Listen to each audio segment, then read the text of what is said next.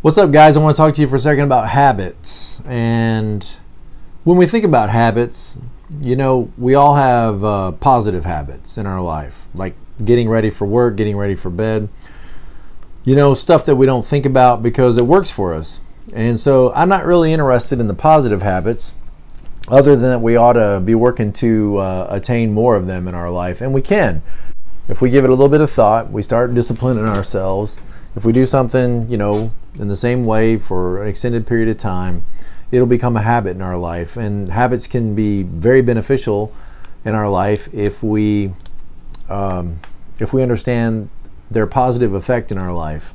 We are creatures of habit. As much as we'd like to think that we're making decisions all the time about what we want to do, most of us get stuck in routines. And routines, as long as they work for us and as long as we get what we want, we stay in those routines.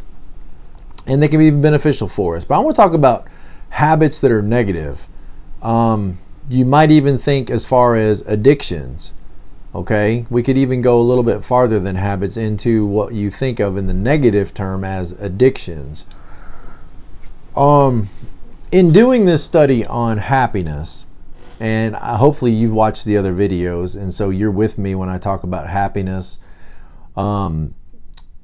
When we are in a state of unrest and we let our negative thoughts dominate, okay, our worries, our fears, our frustrations, our shame, all these things that can plague our thoughts, and we don't take control of our thoughts and move our thoughts away from those negative things, the mind will start to try to figure out how to get some relief.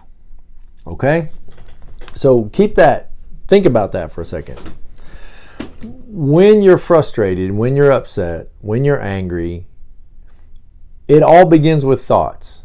Okay? It all begins with thoughts. You're focused on something somebody said. You're focused on something somebody did. You're focused on somebody who's hindering you from reaching a goal. Now, again, why do you even want to reach that goal? Because you think it'll make you happy. And this person is thwarting your effort, and you're finding yourself have to get around them to try to get back to the goal. So they become an obstacle to you, an obstacle to your goal. So whenever your mind is focused on those things in life that are causing you frustration, you are going to feel frustrated. And your feelings are going to follow your thoughts.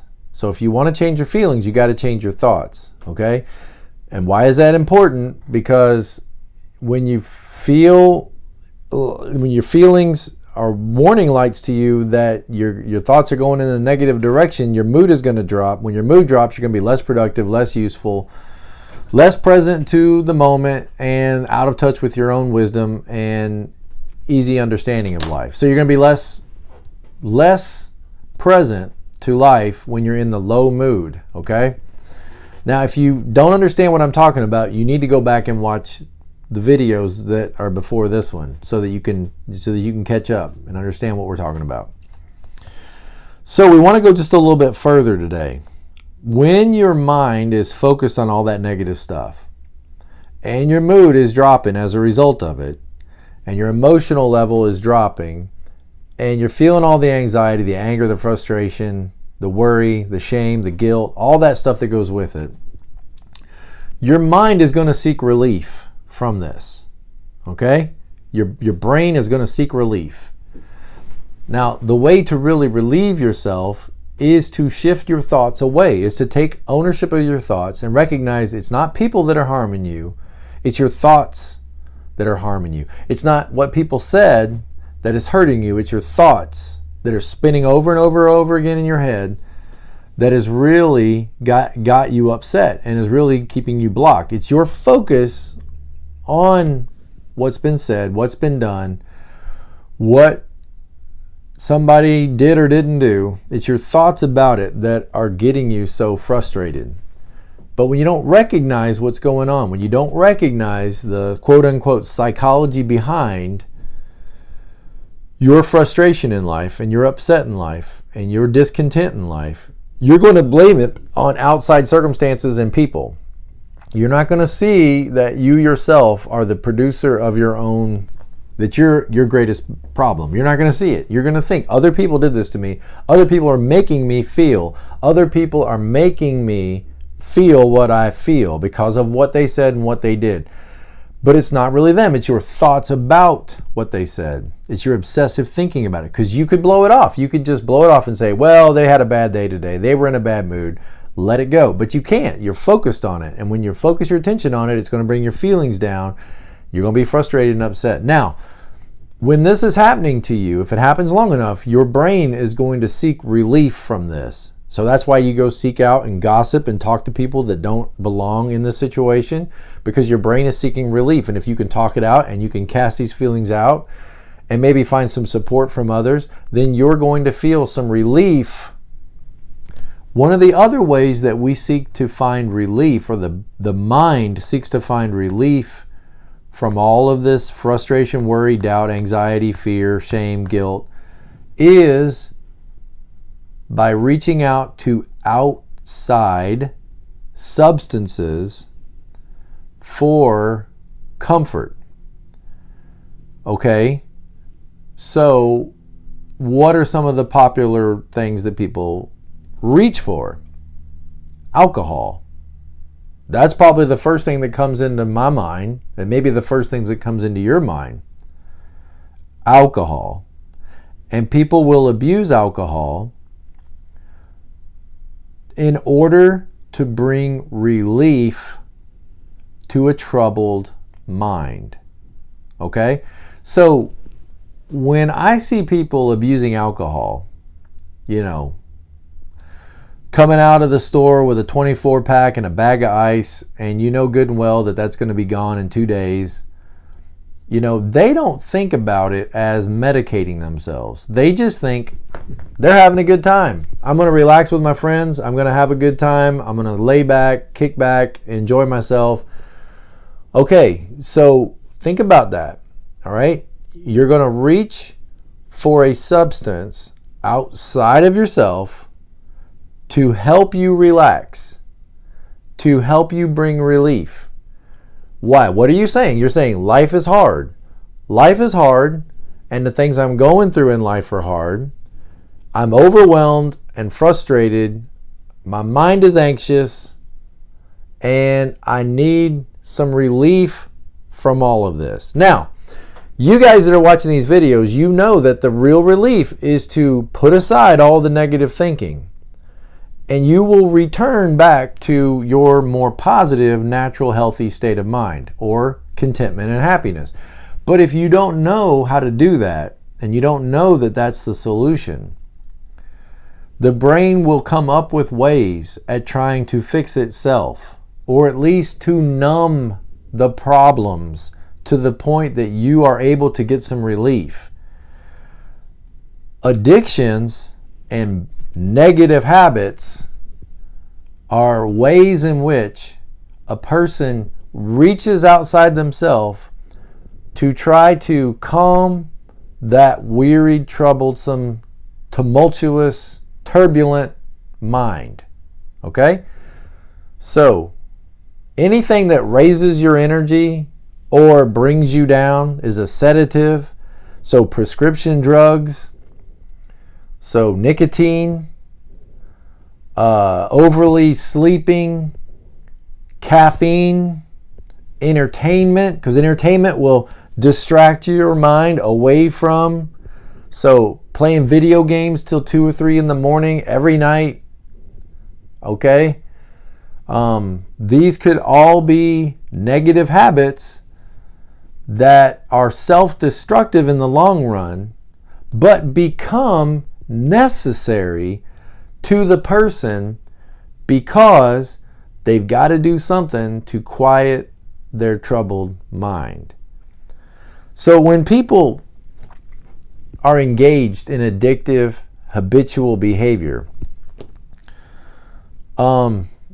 they think that the substance they're reaching for is giving them something. But in reality, it's not giving you anything. It might give you some peace for a moment, but if anything, it's compounding your problems and making your problems worse. You know, the wino on the street who's sitting outside a gas station with no home, spending whatever money he can find on something to drink, thinks that that drink is giving him something. But you can see that he's lost his home, he's lost his family, he's lost his good sense, he's lost his job, he's lost his cleanliness, he's lost his drive and ambition, he's lost everything. But he's still reaching for something outside himself to try to give him some contentment and some peace and to calm his senses. This could be true of food. People reach outside themselves for something to make them happy, to comfort. I mean, we even call it comfort food, right? Comfort food. It's going to comfort you in some way. Well, here's the point. Why can't you comfort yourself?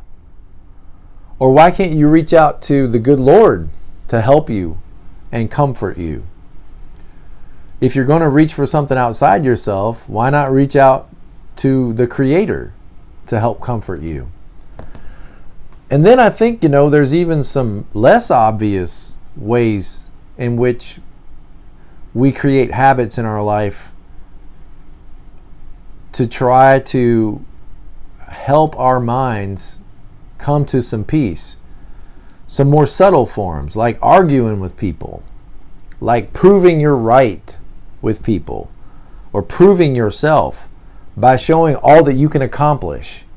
And so there's always this weight behind you that you've got to outdo everybody else, or you got to outdo your last record, so that you will then prove that you're a person of worth and a person of value.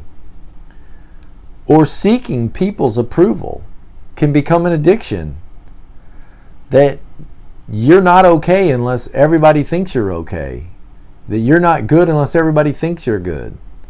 And so you can become driven to seek everybody else's approval, and it can become an addiction. So I think this is a very healthy way to think. It's an interesting concept, and I would hope that it could provoke you to think a little bit about this, and maybe in your own life. Is there something that you're reaching out for that provides comfort to you, that helps you calm your troubled, weary mind, and relaxes you? Then the challenge then is, why can't you do that without the substance? Okay, why can't you do that without alcohol? Can you learn how? Okay, so I guess think about it like this, why this is so important. If you are addicted to something like alcohol or food or drugs, and you go into rehab of some kind, or in some kind of like 12-step program, they're going to try to help you by getting you to think more about your problems and think more about the substance that you're abusing. Like alcohol. They're going to sit in circles and talk about alcohol. They're going to sit in a circle and talk about food and eating disorders and all the bad things that have happened to you in life, and how your mom triggered this eating disorder, and how your family struggled with eating. And then they're going to come up with recipe books and how you can eat the right things. And here's the problem, is you're still focused. Your brain is still focused on something outside itself, as though that is the solution. The solution does not exist outside yourself. It doesn't exist in thinking better about food. It exists in no longer needing to think about food, no longer needing to think about alcohol, no longer needing to think about pornography, or think about sexual addiction, or think about. As long as you're thinking about the substance, it still has control over you.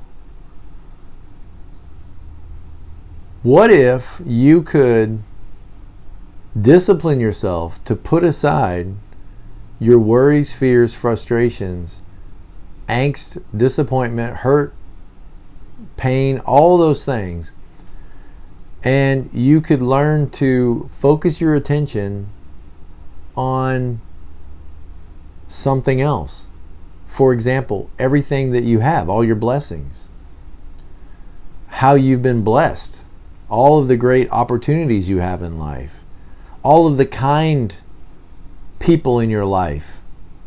If you could focus your attention on how beautiful the day is, or how sweet the water is that you drink, or how good the meal is that you ate, or how pleasant the conversation was with your friend today at work. If you could focus your attention, which you can, with discipline and effort and work, you can focus your attention on the positive things in life. And your mind can become quiet, gentle, and still, and no longer need to reach externally in order to comfort and pacify itself. And I think maybe some of these habits, negative habits and addictions, might start to sort themselves out for us. But I think we got to get down to the root. And the root is this: empty people will always seek something to fill themselves. Empty people will look externally for something out there to fill that emptiness. When really, guys, there's only one thing that can fill the emptiness of the soul. And since I work at a church, I think you know the answer to that. All right, guys, have a great day. Let's stay in this journey together. I'm with you. Till next time, we'll see you.